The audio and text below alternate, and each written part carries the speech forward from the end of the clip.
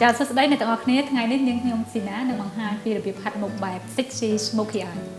ចាឥឡូវយើងចាប់ផ្ដើមលាប concealer គឺខាងក្រោមភ្នែកហ្នឹង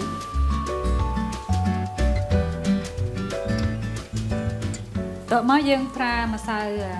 ត្រណប់នៅជុំវិញភ្នែក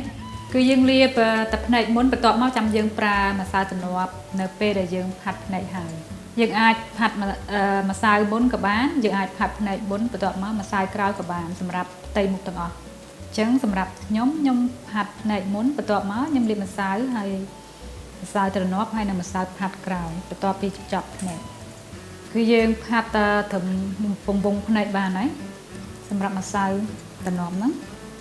ចាផាត់ឲ្យម៉ត់ជុំវិញភ្នែកហើយយើងប្រើម្សៅផាត់ពីលើតើមកយើងប្រើម្សៅផាត់ពីលើម្សៅត្រណប់ខាត់នៅជុំវិញពងវងភ្នែក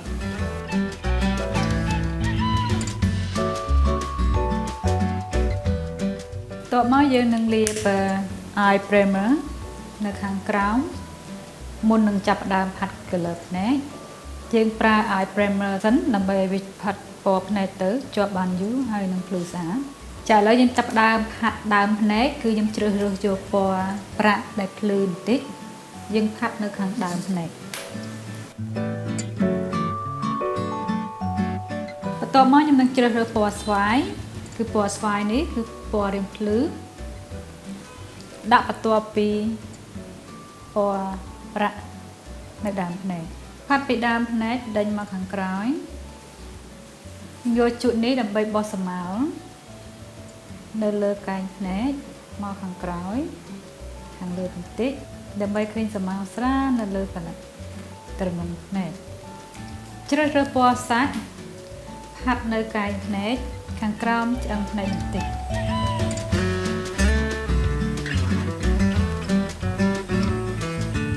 តោះមកយើងជ្រើសរើស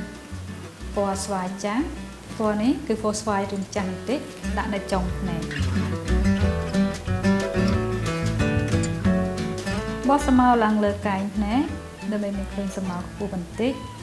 យើងដួសជក់យកជក់បៃស្រមោលបោះស្រាលនៅលើកែងភ្នែកតោះមកខ្ញុំនឹងគូស eyeliner ជាមួយនឹង gel eyeliner គូសខ្សែ eyeliner ទូចល្មមបានហើយវានឹងធំបន្តិចបន្ទាប់មកយើងនឹងប្រើជក់បបោះពណ៌លើ gel eyeliner ហ្នឹង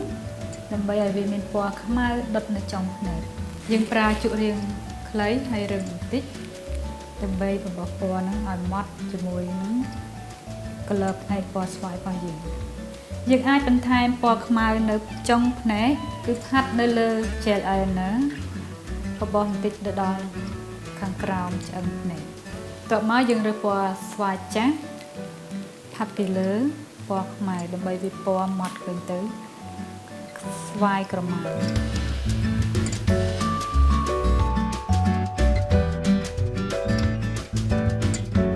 ប្រើជក់របស់នៅពណ៌នៅធ្លាក់ទៅខាងក្រោម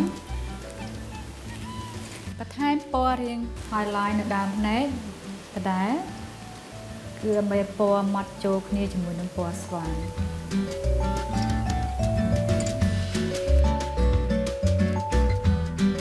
ចាឥឡូវយើងបានផាត់ភ្នែករួចរាល់ហើយអញ្ចឹងយើងចាប់ផ្ដើមលាបម្សៅត្រណប់ម្ដងគឺយើងប្រើជក់ដើម្បី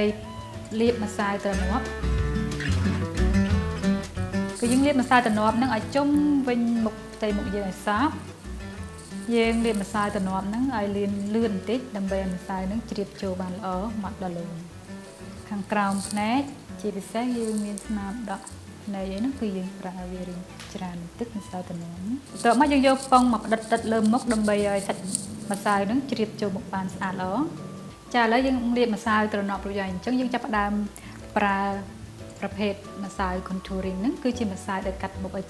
មានទ្រេមុខតូចមានខ្ទង់ច្រមុះស្រួច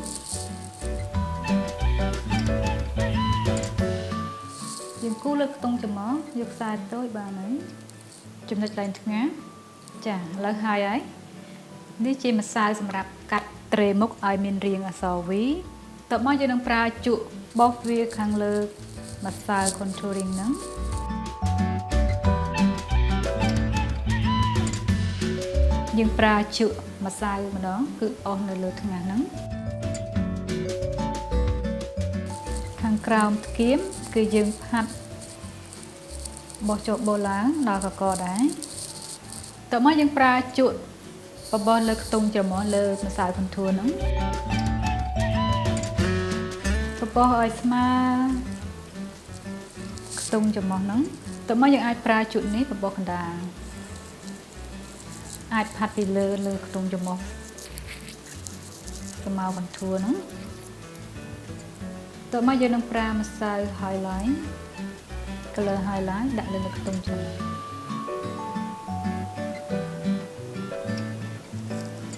ចឹងយើងចាប់ផ្ដើមប្រើម្សៅផាត់ម្ដងផាត់ពីលើម្សៅ contouring ហ្នឹងប្រើ highlight ខាងក្រោមភ្នែក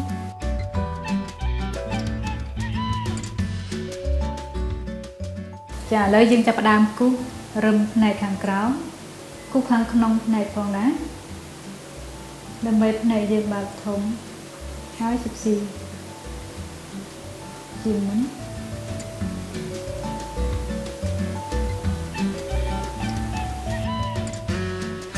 ចាបន្ទាប់ពីការគូសរឹមភ្នែកខាងក្រោមហើយយើងយកជក់រៀងរឹងបន្តិចដើម្បីបំបោះពីលើដើម្បីពណ៌ខ្មៅនោះវាមកស្អាត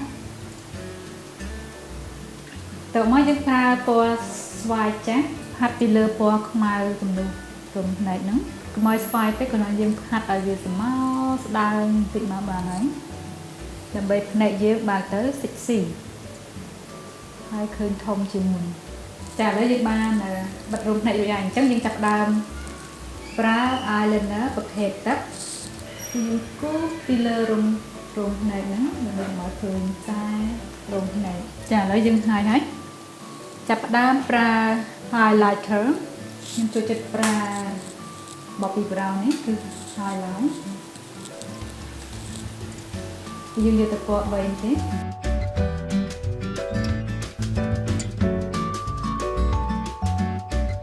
បន្ទាប់មកខ្ញុំជ្រើសរើសយកម្សៅ brown pink ហ្នឹងដើម្បីកាត់ត្រេមុខឡើងបន្តិចផាត់ពីលើ contouring ហ្នឹងហើយស្រមោលនៅខាងចុងកបន្តិចប្រើជូរបន្តិចបានហើយផាត់ពីលើខ្ទង់ច្រមុះតើមកយើងនឹងជ្រើសរើស color ពណ៌គឺខ្ញុំជ្រើសរើសយក color ពណ៌ប្រភេទម្សៅចាឥឡូវយើងបានខាត់មុខរួចរាល់ហើយអញ្ចឹងយើងនឹងក្រេបរងគឺយើងជ្រើសរើសពណ៌រៀងទឹកក្រូចខ្ចីហើយទៅជាមួយនឹងភ្នែកពណ៌ស្វាយ